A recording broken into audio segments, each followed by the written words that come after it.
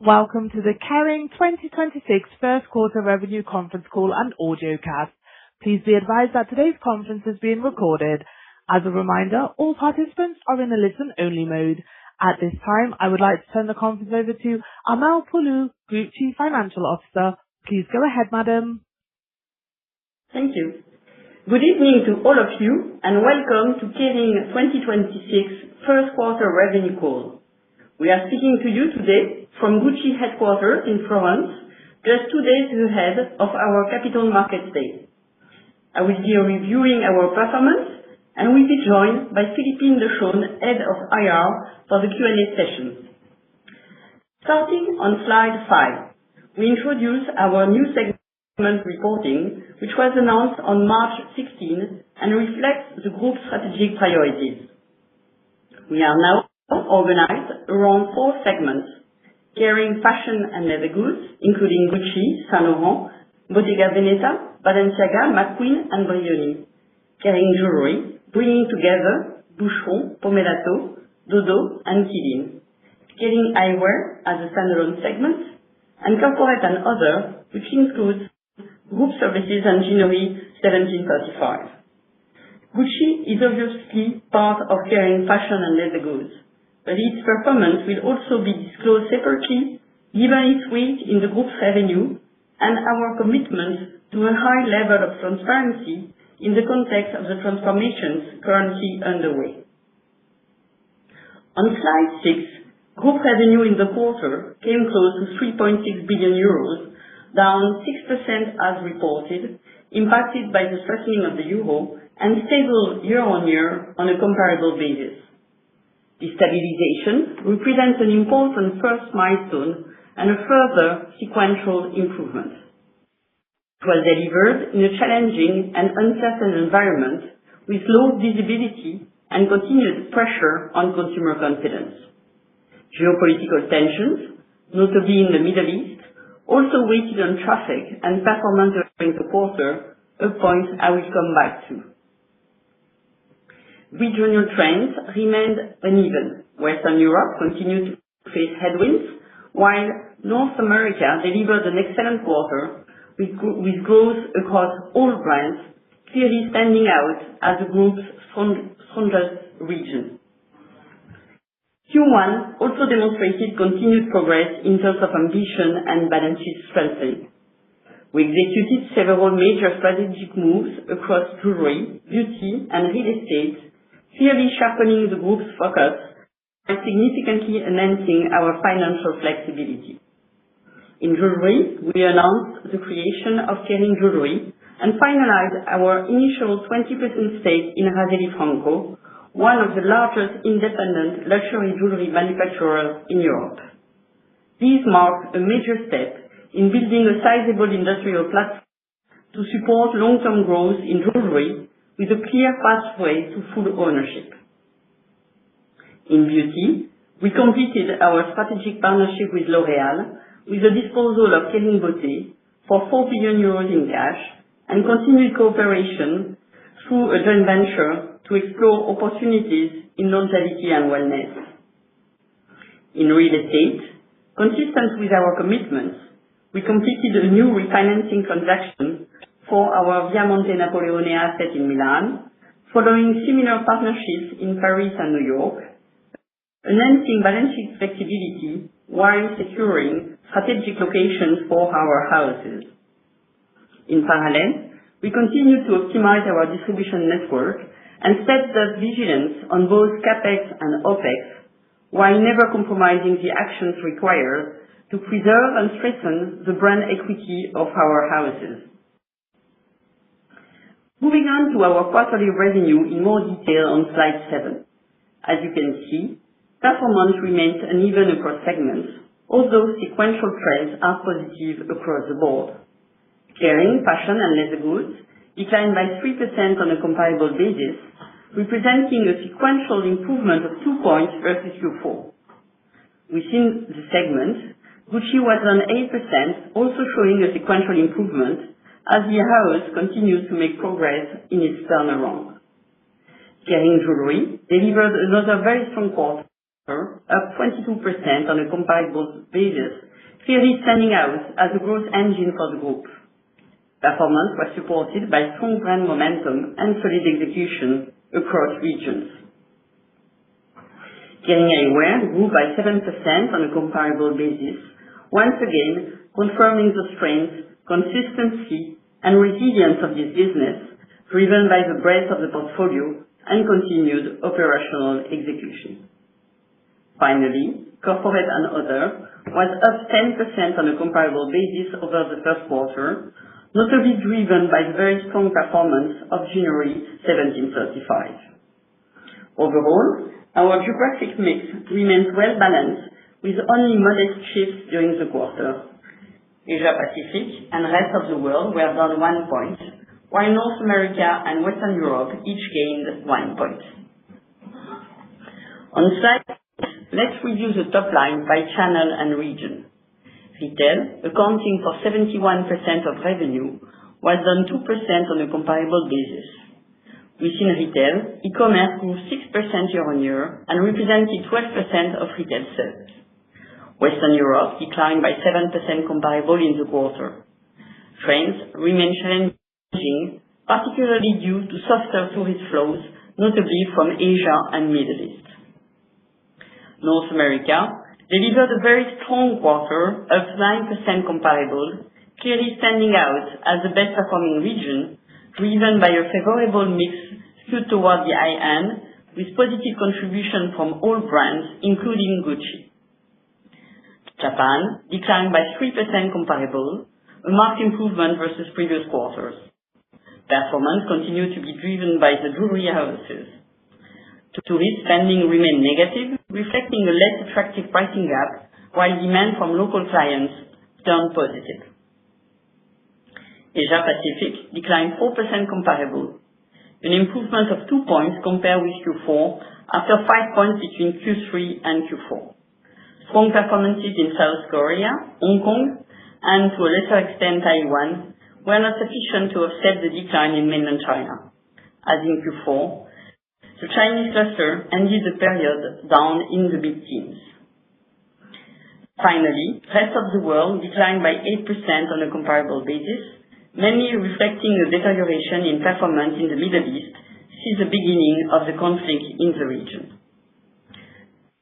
Our retail network, comprising 1,672 stores, showed a net decrease of 47 units compared with year-end.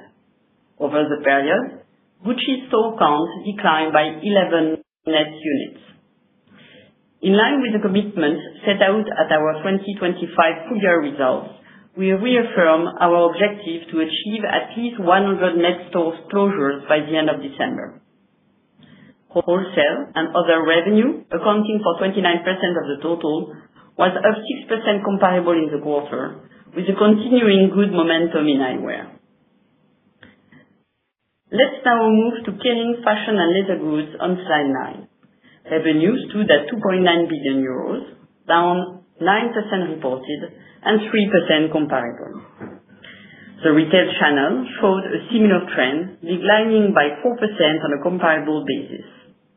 You will find the usual details by region in the appendix of the presentation. Before turning specifically to Gucci, let me first say a few words about the other brands within the segment. Saint Laurent, Bottega Veneta, Balenciaga and Brioni delivered year-on-year growth in the quarter, notably led by North America. At Saint Laurent, results reflected a very strong performance in shoes and ready-to-wear, combined with the successful rollout of new products, including the Mombasa handbag. Bottega Veneta showed solid trends in Asia Pacific, underpinned by a robust product pipeline and sustained brand desirability, with good traction in the full price network and an increase in average unit retail on handbags. Balenciaga delivered another quarter of growth, supported by sustained demand in leather goods, building on the success of the City and Rodeo lines. Brioni confirmed a very positive momentum over the period, with particularly strong growth in bespoke. As expected, McQueen continued its rationalization, in line with the actions undertaken to reset the brand. Wholesale and other was up 2%, with royalties and other revenue increased by 6%. Focusing on Gucci now on slide 10. The house recorded sales of 1.3 billion in the first quarter, down 14% as reported and 8% on a comparable basis year-on-year. North America delivered a solid performance, up 7% year-on-year, driven by strong newness and increasing AUR, providing early confirmation that the strategic reset is starting to gain traction. This momentum, however, was not sufficient to offset weaker trends in Asia Pacific and Western Europe during the quarter. Beyond the short term, the quarter was firmly execution-driven, marked by decisive actions across product, distribution, and client engagement. We have refocused product architecture, strengthened category priorities, and are progressively rolling out new collections in stores. The introduction of See Now, Buy Now initiatives, even though it applies to a limited number of products, is designed to improve responsiveness, sharpen newness, and better align product drops with client demand. Looking ahead, upcoming milestones are meaningful. Our Capital Markets Day will provide greater visibility on the Gucci roadmap, while the cruise show in New York next month will be another key moment to showcase the brand's renewed creative energy and product direction. While the recovery will be gradual, the fundamentals are being rebuilt in the right order. With disciplined execution, clearer creative leadership, and a sharper focus on core clients and products, we are confident in Gucci's ability to progressively restore momentum and create long-term value. On slide 11, Kering Jewelry delivered an outstanding performance, reaching a record level. Sales were up 14% as reported and 22% on a comparable basis. In the directly operated retail network, sales grew by 28%, while wholesale revenue increased by 14%. Performance was broad-based across key regions, with standout demand in Japan and Asia Pacific, notably in South Korea. Brand momentum at Boucheron was positive this quarter, with the house delivering the highest growth within the group, supported by robust performance across its main markets. Pomellato also posted solid growth, supported by strong traction in Japan, and thanks to the Nudo, Iconica, and Together collections. Dodo extended several quarters of sustained growth, while Celine recorded a strong performance driven by Asia. Beyond the quarter, Kering Jewelry continues to confirm its role as a structural growth engine for the group. The category benefits from strong underlying fundamentals and from the disciplined way we are scaling it across houses and regions. With strong brand desirability, a growing retail footprint, and an increasingly integrated industrial backbone, we are confident in jewelry's ability to increase its contribution to group revenue over time. On slide 12, revenue of Kering Eyewear division. Kering Eyewear delivered a landmark performance, marking the strongest quarter in its history. Sales amounted to 489 million, up 3% as reported and 7% on a comparable basis, reflecting very strong demand across the portfolio. This performance once again highlights the strength, resilience, and scalability of the eyewear platform. Growth was supported by a combination of high-profile product launches, including the first Valentino eyewear collection developed by Kering Eyewear, strong sell-out momentum, and successful commercial execution around major industry trade events. Marketing and communication initiatives across brands also played an important role, reinforcing visibility and desirability, while execution remained consistently strong across key markets. Beyond the quarter, eyewear continues to demonstrate the relevance of our integrated model, combining brand desirability, industrial expertise, and disciplined execution. With its diversified brand portfolio and recurring demand profile, Kering Eyewear remains a highly attractive and reliable growth engine for the group. On slide 13, I will make a few comments about the corporate and other segments. In the first quarter, revenue from corporate and other amounted to 30 million, down 7% as reported and up 10% on a comparable basis, with the variance mainly explained by scope effects. Within the segment, Ginori 1735 delivered a very good quarter with double-digit growth, reflecting continued progress in brand development, positioning, and desirability. Before turning to our outlook, let me briefly address the situation in the Middle East. Since the end of February, the situation in the region has remained an area of heightened attention for the group. Our priority is and remains the safety of our teams. To date, none of our employees has been directly affected. The region represents around 5% of our retail revenue, with approximately 1,100 employees and 79 stores. A crisis unit was immediately activated and continues to manage the situation in real time. While some areas experience temporary disruption, the retail network is fully operational today. In the first quarter, retail revenue in the region declined by 11% after a positive start to the year. Beyond the local impact, the key consideration going forward relates to potential effects on global tourism flows and the broader macroeconomic environment, which we continue to monitor closely. Overall, we are operating in a still uncertain geopolitical and macroeconomic context. In this environment, our focus is on agility, discipline, and flawless execution. We are equipping each house with sharper, more sustainable brand strategies and the operational capabilities required to accelerate progress. As we move through 2026, our objective remains to return to growth and improve margins. We look forward to sharing more details on our strategy and roadmap at our Capital Markets Day on Thursday. And with that, we are now ready to take your questions. Operator? Thank you. Ladies and gentlemen, we will now begin the question and answer session. If you wish to ask a question, please press star 11 on your telephone and wait for your name to be announced. Please stand by while we compile the Q&A queue. If you wish to cancel your request, please press star 11 again. Please ask your question as distinctly as possible and put all devices on mute apart from the phone you are using to ask your question. We will now go to the first question.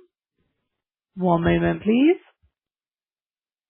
And your first question today comes from the line of Thomas Chauvet from Citi. Please go ahead. Good evening, Armelle and Philippe. Thanks for taking my question. I have three if I can. The first one on the performance of the various cohorts for Gucci in Q1 relative to Q4 for retail. So Americans look pretty strong, but perhaps the Chinese, Europeans, Japanese, and of course Middle Easterners. And the Q2 comp is quite similar to Q1. So are you seeing a change in trend in March or April with the other cohorts outside, of course, the Middle Easterners? Secondly, you've talked about product newness and deliveries of first collection. If we take the three brands where you've had a new creative direction and a first collection delivered to store in Q1, so Gucci, Bottega, and Balenciaga, how would you rank them in terms of the strongest customer response you received on that inaugural collection? And finally, on your guidance that you will confirm, I know you'll talk at the CMD about the longer term, perhaps roadmap, but if we think just about 26, you reconfirmed it will be a year of constant FX sales growth and margin expansion for Gucci and the other key brands. How do you think about the phasing of that return to growth in light of the Q1 performance, the tougher comps in H2, and now the disruption to the Middle East and to global tourist flow as you just alluded to. Thank you. Thank you, Thomas. It doesn't seem as 3 questions, but happy to answer. So, on the first one, what I can say on Gucci cohort by nationalities is that we saw improvement in most of the nationalities. If I start by the Americans, we saw a strong improvement of the American cohort in Q1 versus Q4. Actually turning positive. In Europe, we also saw a very nice improvement with European cohort still negative, but improvement quite significantly from Q4. I would say we had also a nice improvement in I would say other Asians. While Japan remain difficult for Japanese, and I would say for the Chinese, the situation was sort of flat to Q4, still negative.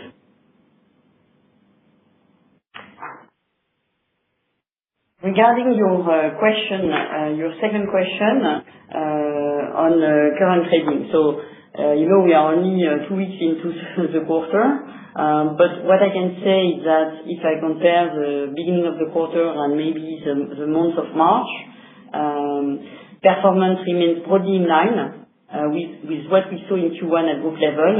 But of course, we need to see what's going to happen in the coming weeks.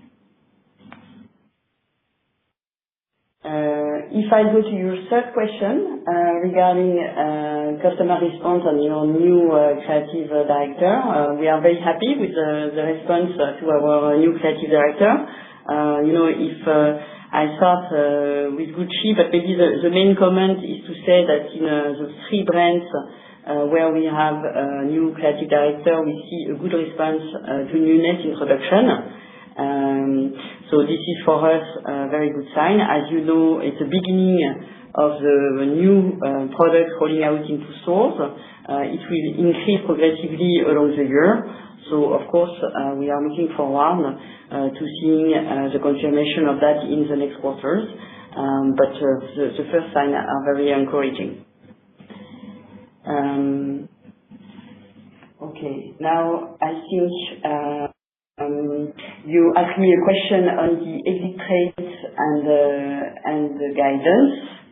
So, as you know, we posted a Q1 flat, and March also was flat. Now, if we consider the impact of the Middle East crisis, and if we look at what would have been the performance without the Middle East crisis, March actually would have posted 3% growth.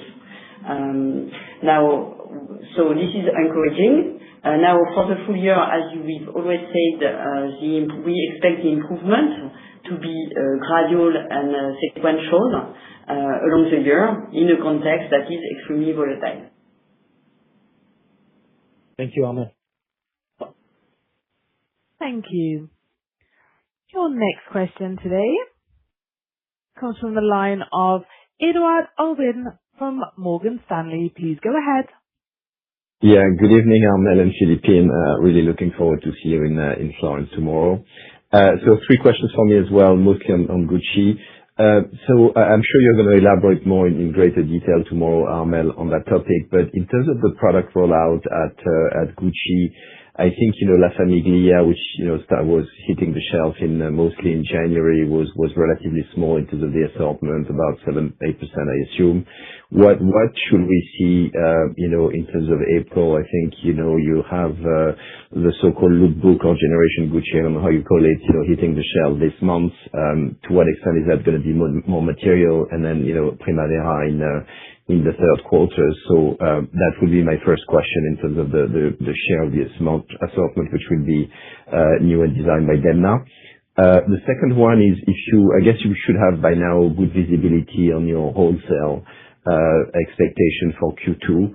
I think you were up 2% at Gucci and 2% Fashion Leather Goods, as you said, in Q1. Do you expect more or less the same type of trajectory for Q2 for these two components?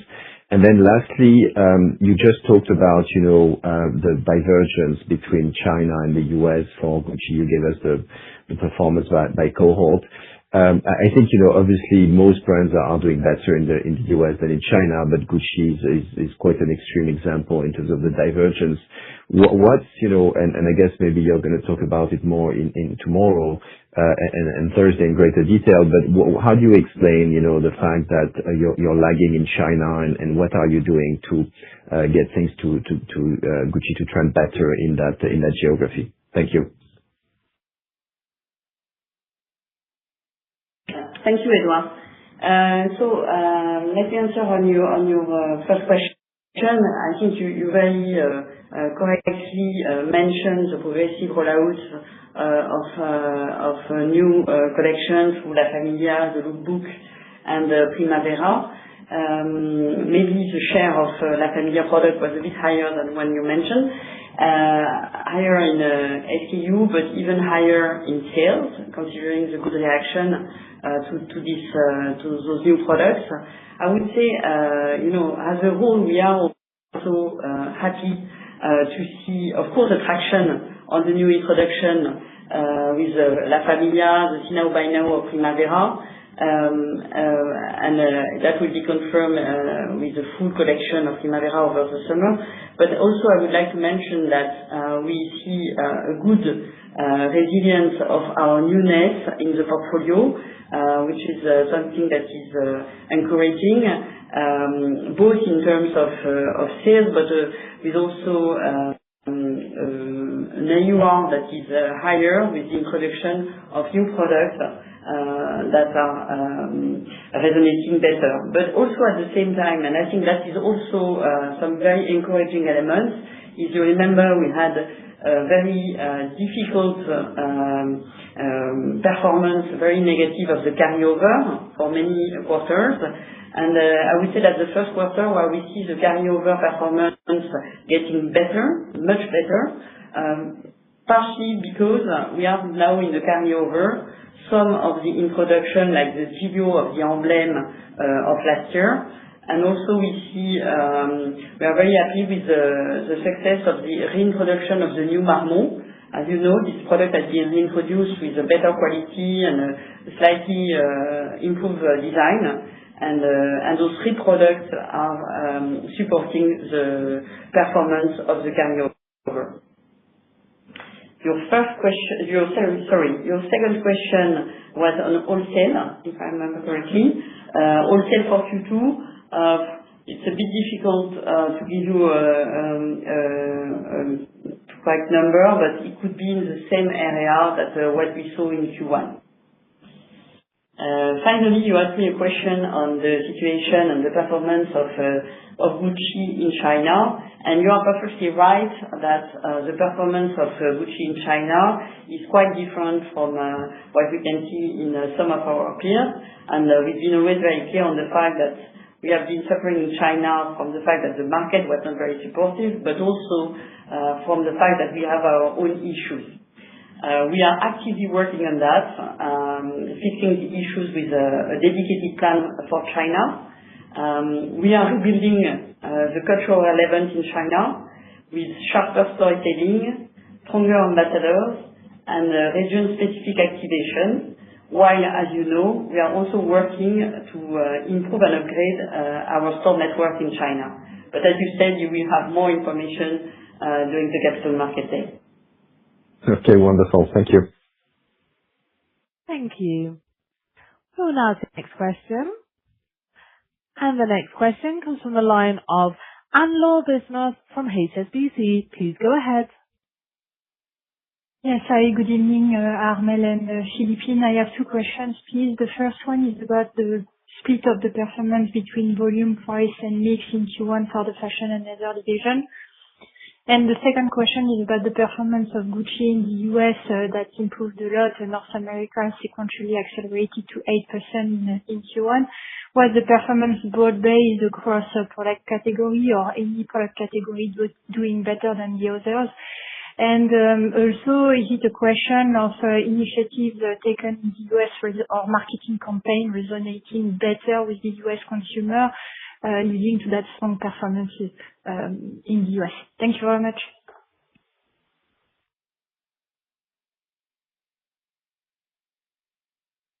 Thank you, Anne-Laure. So let me answer to your first question. I would say that in Q1, we didn't take any actions on the pure price increases, but at the same time, we had some improvement in the AUR, as I was saying, especially thanks to the good performance of the newness that was introduced with a slightly higher average AUR. And in terms of volume, as you know, traffic was still very soft.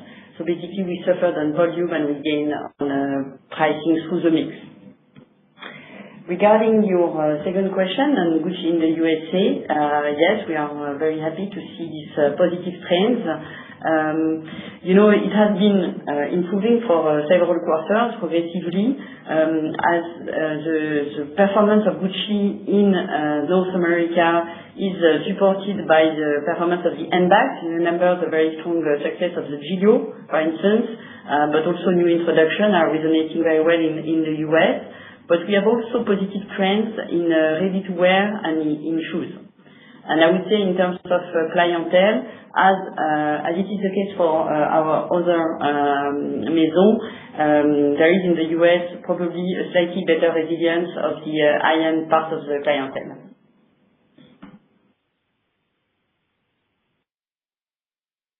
Thank you very much.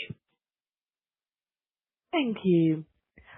Your next question today comes from the line of Chiara Battistini from JP Morgan. Please go ahead.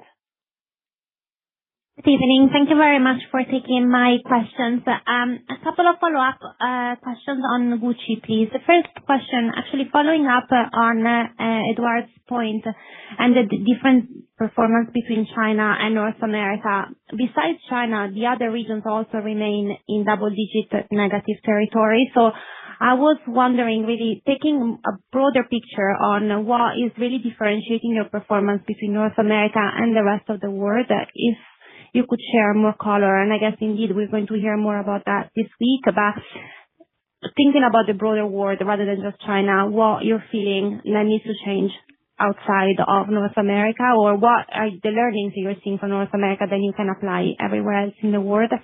Second question on the space closures in Q1 at Gucci. I was wondering if you could help us with any impact from increased space closures on the Gucci performance in Q1 versus Q4, if there was an incremental negative impact there. And finally, on maybe a question on jewelry and the very strong performance there and accelerating performance. I was wondering to what extent there's been price increases in the quarter that helped the acceleration. And besides pricing, if you're seeing any accelerating demand underlying, and what's driving that in your view. Thank you. Thank you, Chiara. So on your first question, as you know, I think we are working on improving the situation at Gucci in many fronts. But probably it's the traction and the reaction to those actions is starting better in the US, but we are confident it's going to happen across region with some time. You know that there is more work to do in China. We've been always very clear about that. But I would say in general, we are working on the product architecture, on the product offer. You know that we have simplified the number of SKUs. We are making sure we have a sharper offer. We are making sure also we introduce newness. And of course, we are working on the communication as well, as we absolutely need to work on the traffic to our stores. And yes, it's going to take a bit more time in China. You know, in China that probably we've been hurt a bit more in terms of image, and it was the case in the US. But we are tackling the issue one after the other. In terms of store closures, yes, at Gucci in Q1, we have closed net 11 stores. So, yes, it has a small impact on the sales, but as you know, we pay a lot of attention to recoup majority of the sales by working on the clientele of the store that we are closing, by making sure that we transfer some sales associates for the closed store to the next one. So it's quite difficult to actually have a clear number on the impact net. But yes, we are continuing on our plan, and we are very confident that we are going to execute the store closure plan for Gucci and for the rest of the houses as we planned at the beginning of the year. Regarding your third question on jewelry, yes, you're right. We, in the context of the gold increase, we've passed some price increases, for example, at Boucheron in Q1, and we know that in Japan and Korea, it certainly helped partially the performance in Q1. And it's important to note, now that was not the only reason for the very good performance of jewelry in Q1. I think the category is quite resilient. We have brands that have a very clear positioning, a very good execution, and also maybe to note, in Q1 for Boucheron, we introduced a new ring in the cat line, which is the XS, and it was very successful in every region.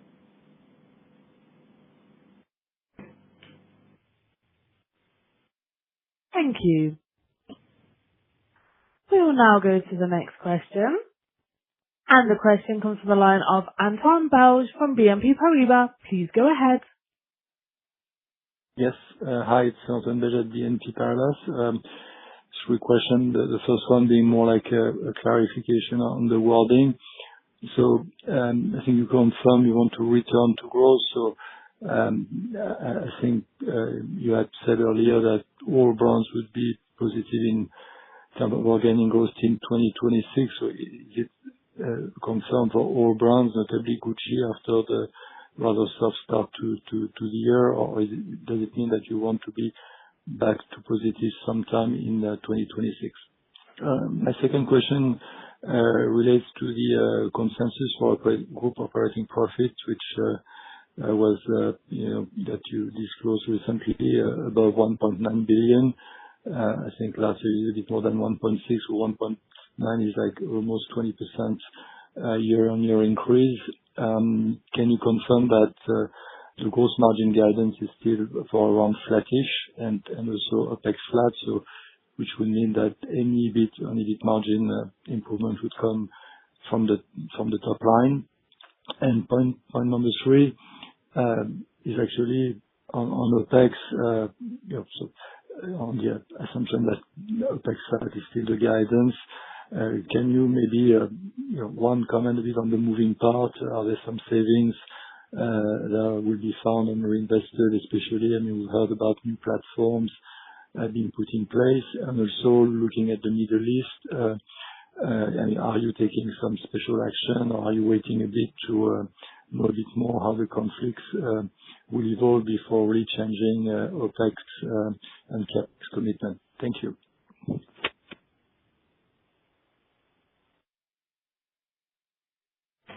Thank you, Antoine. So, on your first question, I'm not going to comment specifically the consensus, but yes, this is the ambition to return to growth and to improve margins for all brands, excluding Alexander McQueen. Considering and maybe to add some color on your question on OpEx, we have done a lot of work on efficiency, and considering the work that we are still doing, actually, I confirm that I think we can at least maintain our margin stable even without growth. This is probably a slight improvement on what you were expecting on OpEx. Now, the reason for OpEx savings are always the same.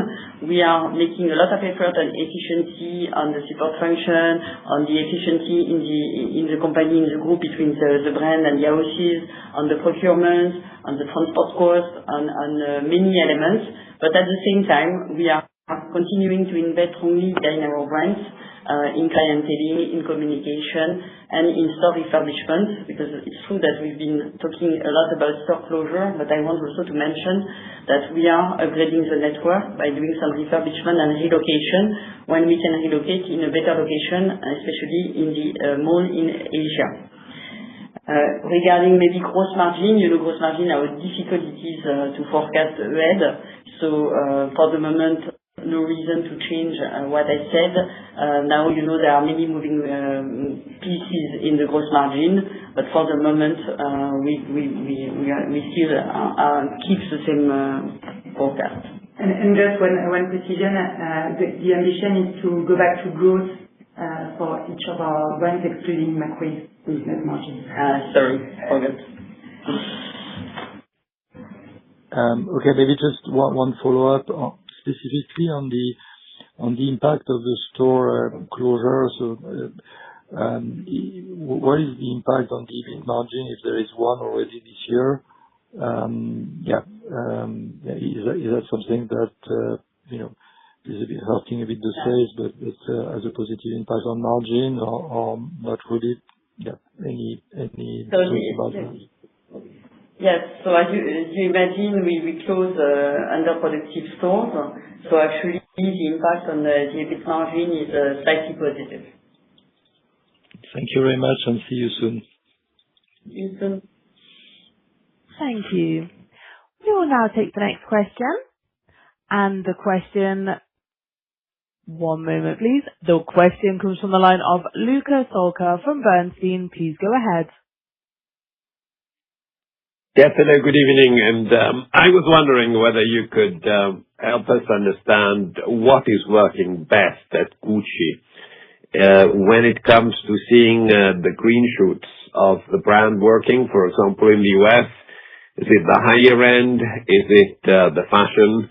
Is it the remaining streetwear components, or is it anything else that you start to see as a potential formula that you could export elsewhere? If we dig a bit deeper in the marketing mix and whether it's a product, it's an animation, or anything else that you could potentially use as a template in other regions as well to produce a similar positive impact.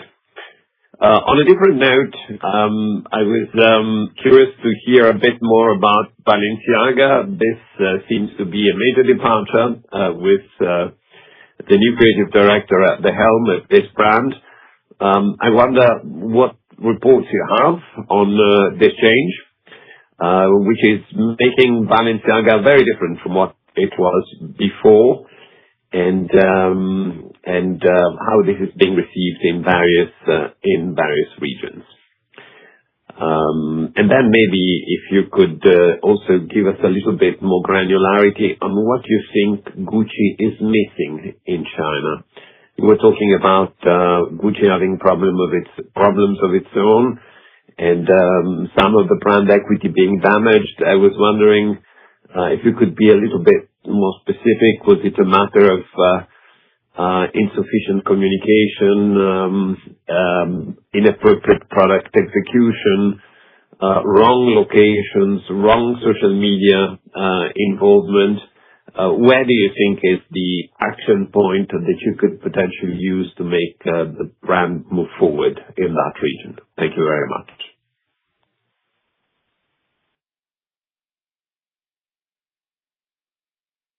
Thank you, Luca. On your first question, I would say if we look at the US, North America, we have positive trends in handbags, but also in ready-to-wear and shoes. We see a slightly better response in the high-end, but that is, I think, across the board in the US and not specific, at least within our group. not specific to Gucci in particular. I would say that I think what is very important is the 360-degree approach that we are taking to both product, communication, clienteling, and distribution to make sure that we align all elements, not just counting on the new creativity, but making sure that from the product introduction up to the retail experience in store, up to the clienteling, also our communication. I think we've managed this year to have a strong fashion moment during the fashion show, but also not to rely completely on that and have a lot of commercial activations in stores. And of course, the work done by Gucci is to align all those elements in also probably with a very strong effort to have a very clear product architecture across categories, ensure that there is a coherent brand expression across the categories, across the price points, but with the offer that is relevant at different price points for different type of clients in the different categories. So this is the work that you will see developing along the year with the new introduction. I think we're happy to see the traction on the new product, but we are also happy to see that the carryover are much more resilient, that the introduction also of last year are continuing to be successful. I mentioned the new Marmont. I can also mention Emblème. Emblème in APAC is still ranking very well in our handbag sales, and that's good news because it's good to introduce successful newness, but we also need to have a strong portfolio of products over time. Regarding Balenciaga, sorry, maybe you asked for Balenciaga, but maybe I will go to Gucci in China to complement the first point. In China, what we consider is that we have to work to make sure that Gucci has a cultural relevance in China and a disciplined execution. We are working more and more to localize a bit the storytelling in a way that resonates with the Chinese consumer, having a stronger focus on some hero products aligned with local demand. We are working on distribution. We are, over-distributed in China, so we want to upgrade our network with less store, fewer store, but better store, with a higher level of client engagement. And for that also, we continue to increase and better target our marketing investments. Maybe an example of that is La Famiglia, the only region where we did a sort of interpretation of the movie with some Chinese actors. We had a very strong response in China in terms of engagement on social media, discussion, and probably, this was a very good initiative to connect with the worldwide event of the La Famiglia Tiger movie, but also making sure it resonates with the Chinese in their country. So this is really to find the right balance and making sure that we have a localized go-to-market strategy. And that's very important, I think, going forward. Of course, it has also some other implication. At Gucci, the level of collaboration between the headquarters and the region is even more important than in the past, to make sure that we both push the global strategy of the brand, but also making sure that we take into account all the findings and all the important elements that the region can bring to the headquarters. And maybe and also an example of that, I think we are happy with Emblème. Emblème is still doing very well in APAC. Emblème is aligned with some smaller bags. We also introduced the mini Gigi and the small Giglio to make sure that we have products that are relevant for China, even if they are part of a worldwide line in terms of functionalities, in terms of size. Coming back to your question on Balenciaga, that Pierpaolo Piccioli brings, a renewed direction to the brand. We think it's going to help us to strengthen the house identity without compromising its edge. You can see if you've been into the store that his impact is really already, you can see it especially on the ready-to-wear collection, especially with clear silhouette, a stronger women's proposition. You know that Balenciaga was very much skewed towards men, especially in ready-to-wear. We think we have a lot of opportunity to develop the brand also in the women ready-to-wear. And apart from the new creativity of Pierre Paolo, we are also happy to see the handbag developing very well at Balenciaga. You know, the brand was quite unbalanced in terms of her category, and the handbags are developing very well. And again, I think that we can consider that Rodeo and City are really, starting to insult themselves sort of icons. They are very successful in all regions, which is very good news.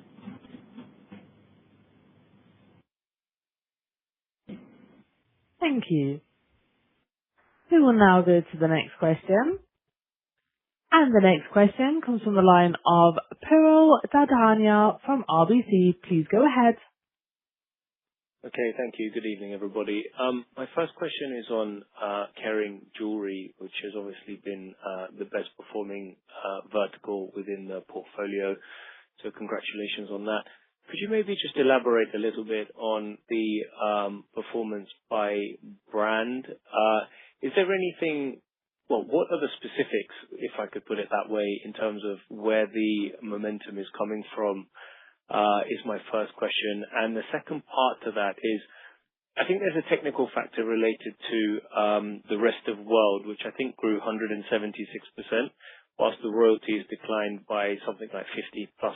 So could you just help us understand what's happened there in terms of how the business is structured in the rest of world? And then secondly, just following on from Antoine's question, I was just wondering if you're able to help us understand or quantify the magnitude of the cost savings that you expect to deliver in 2026. The reason we ask is we're just trying to understand whether you'll be able to deliver the level of margin expansion that the market is anticipating despite negative organic revenue growth, particularly in H1. Thank you.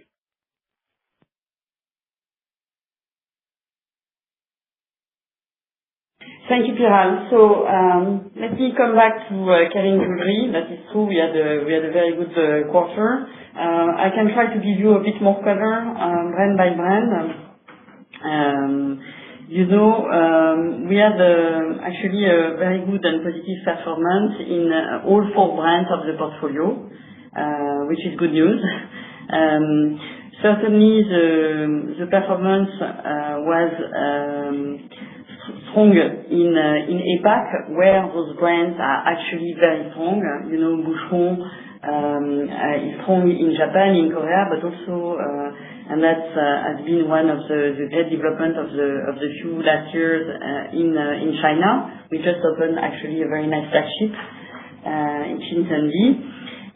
Pomellato is also doing well, and Kering is doing well. I would say probably Europe was a bit more difficult, and for the US, you know that we are underdeveloped at the moment in North America for jewelry. We have a plan to develop Boucheron. Actually, the results are according to the plan in North America, but we also know that it will take time because we have to develop the awareness of the brand in the US.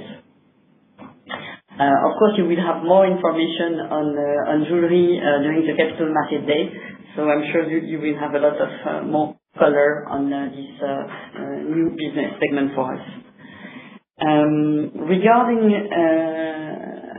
I think your second question was on the performance of the rest of the world. But, this one was affected for sure by the event, the conflict in the Middle East.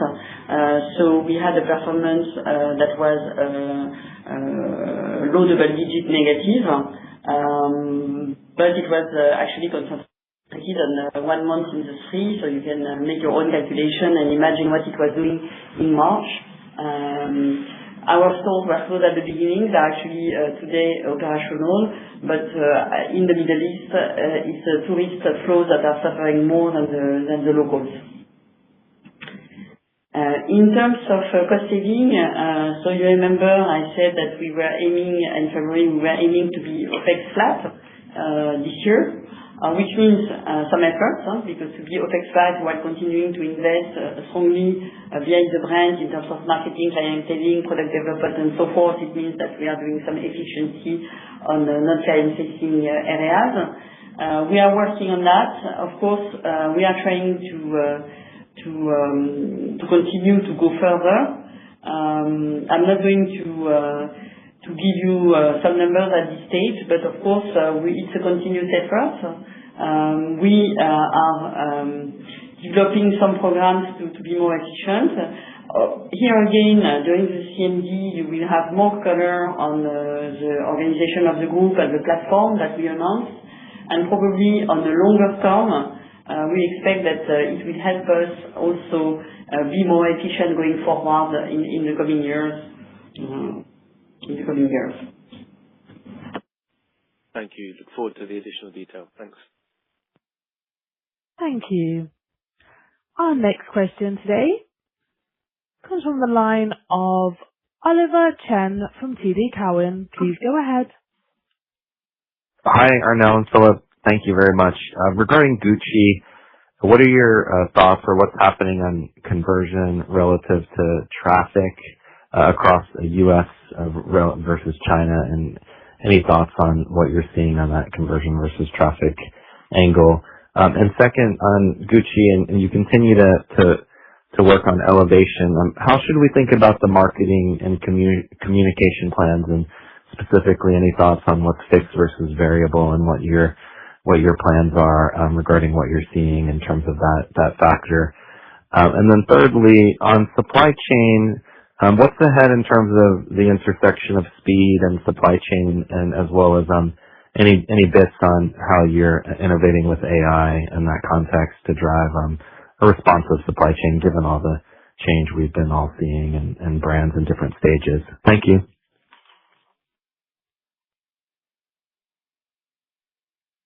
Thank you, Oliver. So your first question on Gucci, traffic is still soft for Gucci in many regions with some differences. Of course, it's more positive in North America than it is in APAC, especially in China. What we experienced in Q1 is an improvement in conversion, which for us is encouraging, because it means that all the effort that we are putting in the product, but also in the training of our sales associates, in the retail experience in store, is starting to bear fruit. Of course, it does not completely offset the softness of the traffic, but it's a very good sign to see conversion going up, and it's going up in all regions, including China. In terms of marketing and communication, I'm not sure I got completely well your question. Maybe just to say that we continue to invest strongly behind our brands. We're going to keep an AMP that will be high single digit of sales, and we are working on the ROI of our action, being more scientific, I would say, in terms of how we allocate the resources in communication and marketing to make sure that we get the best results on our investment. For that, we are here again. We have strengthened also the organization at group level, and we are also working at Gucci to make sure that we allocate between the different pockets of communication with the best ROI, both in terms of media, but also in terms of regions, in terms of activations. So this is really a very disciplined way to execute marketing and communication. Lastly, your question on supply chain speed and agility are very important.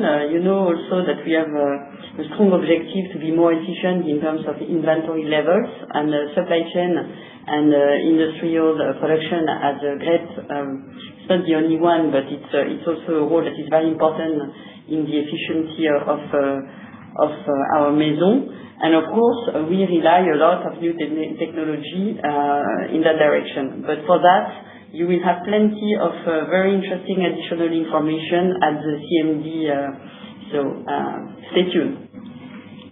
Okay, thank you. One follow-up on Gucci. You spoke to this, but The handbag pricing matrix, are you comfortable with where it is now, and what are your thoughts on the price ranges and the families, and making sure that you both elevate but communicate value to the customer, the balance of doing both?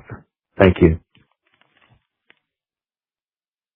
Yes, on the handbag, yes, I think if you look at the product architecture now, it's very clear. I mean, we really make sure that we have an offer at a different layer in terms of price, but also in terms of functionality, in terms of client taste.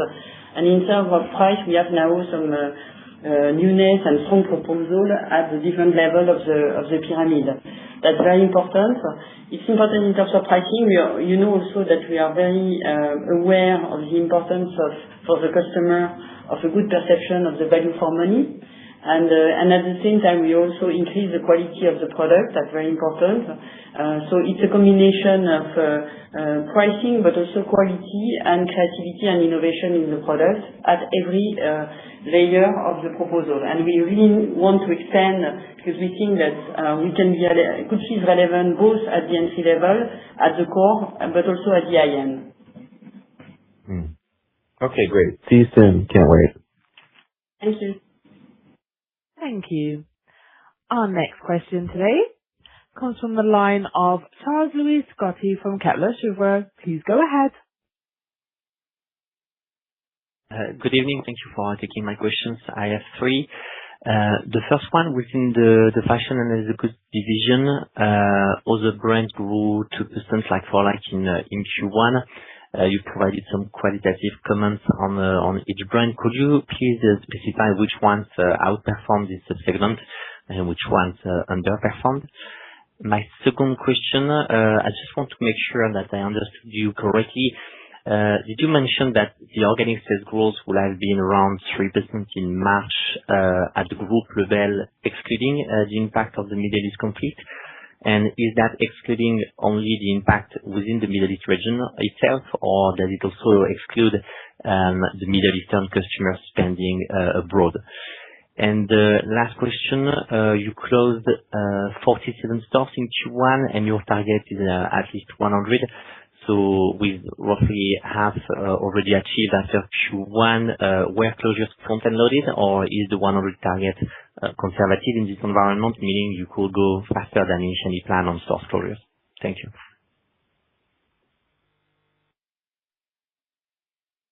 Yes, thank you. So regarding the other brands within the fashion and leather goods segment, Saint Laurent, Bottega Veneta, and Balenciaga all posted a nice growth in Q1 and all sequentially improved versus Q4. If I can give you a bit more color, Bottega Veneta posted the strongest growth and Balenciaga the strongest sequential improvement. Regarding your second question, yes, I confirm that March would have posted a +3% growth without the Middle East impact, and I'm talking about the Middle East itself, the region. And for the short question, yes, we have closed the 47 net stores, and we announced that we would close at least, we are on the plan, and we are delivering the plan with confidence.